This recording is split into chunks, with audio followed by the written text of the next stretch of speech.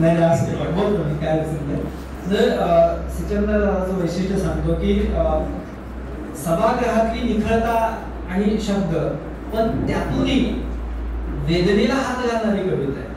म्हणजे बायकोचं ऐकलंच पाहिजे, सासरवाडीचं ऐकलंच पाहिजे, त्यांचं कौतुक केलंच पाहिजे. ती वेदना आहे पुरुषांची आणि त्यांनी त्या वेदनेला हात घातलेला. मी विनंती करतो सिकंदर यांना की त्यांनी आपले एक सुंदर रचना सादर करावी.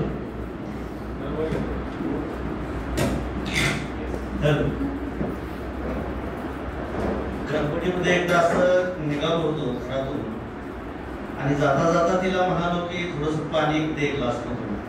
तिनं घाई पण दिलं, पण 2 घोट घेतले आणि राहिलेला अर्धा ग्लास असा फेकला. तो त्या बेसिन मध्ये बरोबर नाही तर अलीकडेच पडला. म्हणजे तुम्हाला काय कळतं का नाही, म्हणजे असं असतं काय बाहेर पडलं.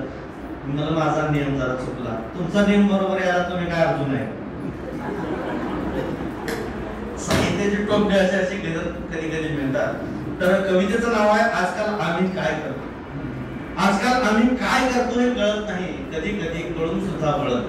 आजकाल आम्ही काय करतो हे कळत नाही, कधी कधी कळून सुद्धा वळत नाही. सोन्यासारख्या माणसांना आम्ही कुत्र्यासारखे वागवतो. सोन्यासारख्या माणसांना आम्ही कुत्र्यासारखे वागवतो आणि कुत्र्यांना मात्र एसी टाका सुमो मध्ये फिरवतो. आजकाल माणसाचं नातं जुळत नाही. आजकाल आम्ही काय करतोय. आजकाल अंत्ययात्रा ही मोठ्या थाटामाटामध्ये, आजकाल अंत्ययात्रा ही मोठ्या थाटामाटात निघतात आणि लग्नासारखी मंगल कार्य मात्र अंधारात पार पडतात. समाजात चांगलं काही मिळत नाही. आजकाल आम्ही काय करतोय हे कळत नाही, कधी कधी कळून सुद्धा वळत नाही. बॉम्बस्फोटामध्ये एवढे मारले गेले हे वर्तमानपत्रामध्ये चहापीत वाचतात.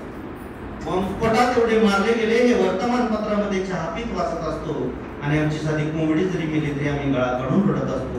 आजकाल लोकांचं दुःख मला सळत नाही.